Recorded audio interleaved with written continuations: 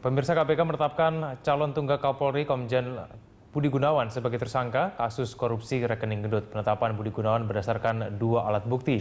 KPK menemukan transaksi tidak wajar dan telah melakukan penyidikan sejak Juli 2014. Dan berikut keterangan pers KPK terkait dengan penetapan Budi Gunawan. Ya, terima kasih Pak BW. Izin calon juru bicara, Mas Hasan.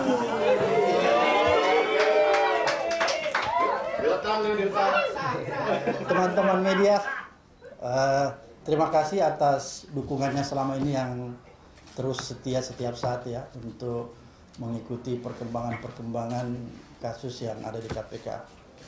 Sehubungan dengan itu, hari ini seperti tadi yang sudah disampaikan Pak BW, kita ingin menyampaikan progress report dari sebuah kasus penyelidikan, yaitu kasus transaksi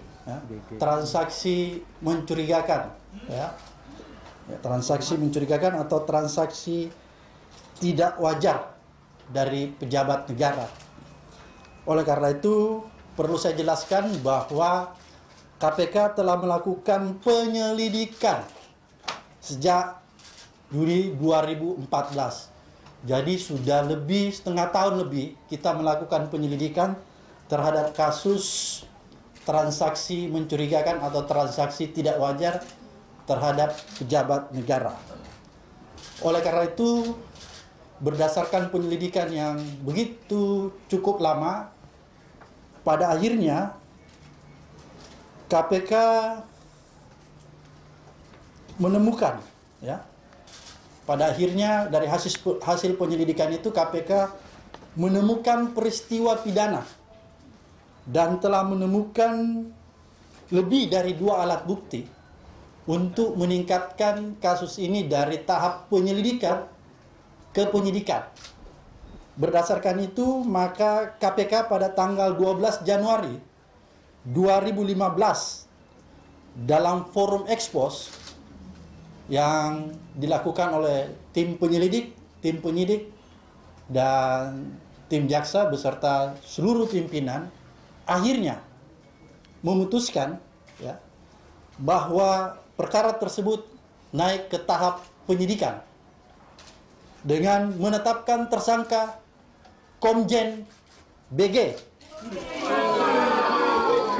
sebagai tersangka dalam kasus dugaan tindak pidana korupsi penerimaan hadiah atau janji pada saat tersangka menduduki jabatan sebagai Kepala Biro Pembinaan Karir Deputi Sumber Daya Manusia Mabes Polri periode 2003-2006 dan jabatan lainnya di Kepolisian Negara Republik Indonesia.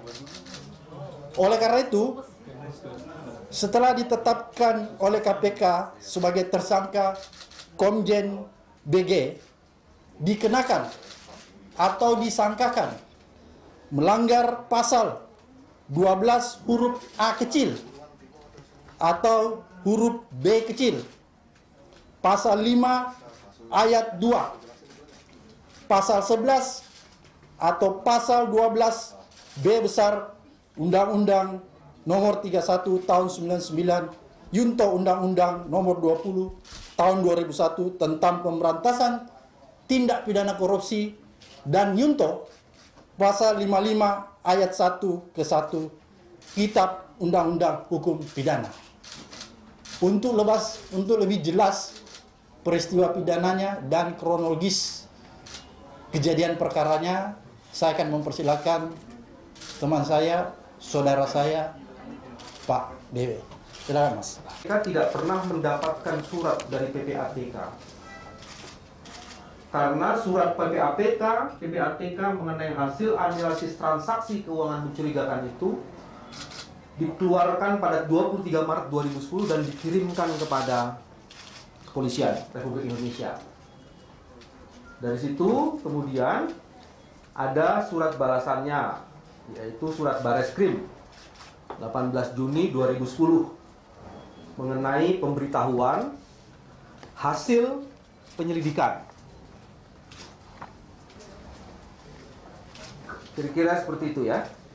Jadi pemberitahuan hasil penyelidikan transaksi mencurigakan perwira tinggi Polri atas nama Irjen BG pada saat itu kayak gitu. Nah, KPK sendiri mendapatkan informasi mengenai transaksi mencurigakan ini dari masyarakat.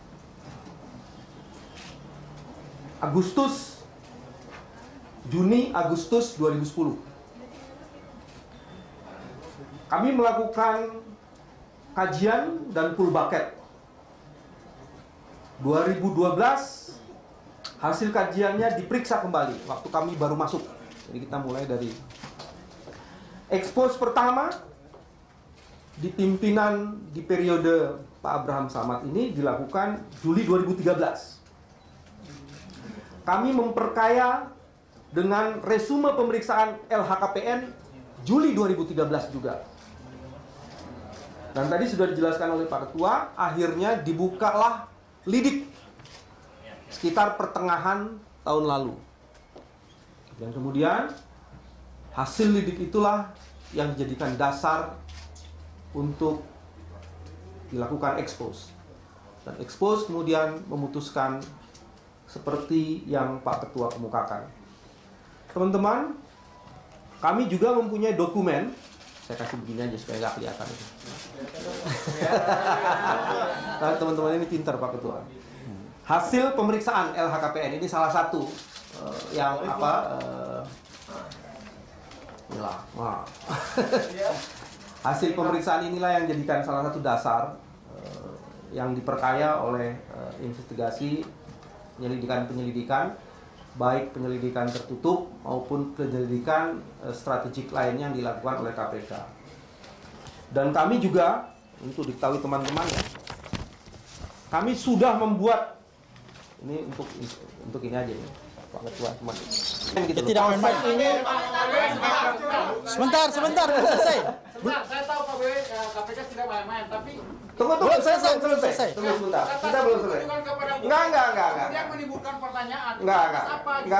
Atau begini aja. Tidak. Nama kertasnya apa, Pak BW? Nama kertasnya pasti ada nama. Saya jelaskan dulu ya, Saudara Samir. Apalagi nama ini sekarang menjadi calon Kapolri itu. Proses yang lama Dan tidak serta-merta. panjang.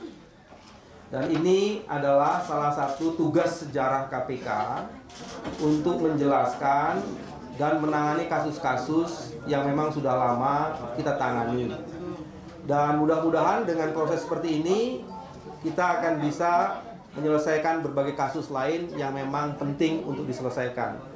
Ketua mohon izin, beberapa hal lainnya adalah KPK sudah berusaha untuk membuka komunikasi, bertemu dengan Presiden. Tapi memang kita belum dikasih waktu untuk menjelaskan bahwa proses seperti ini sudah lama dan hasilnya sekarang kita jelaskan kepada publik melalui press conference ini.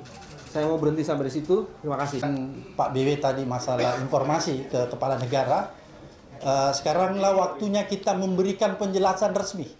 Karena selama ini KPK mencoba menahan diri bahwa yang bersangkutan Komjen BG pada saat pencalonan menteri ketika diusulkan ke KPK untuk dilakukan penelusuran jejak, maka yang bersangkutan sebenarnya sudah diusulkan. Dan pada saat itu KPK karena sedang menangani kasusnya, kita memberikan catatan merah.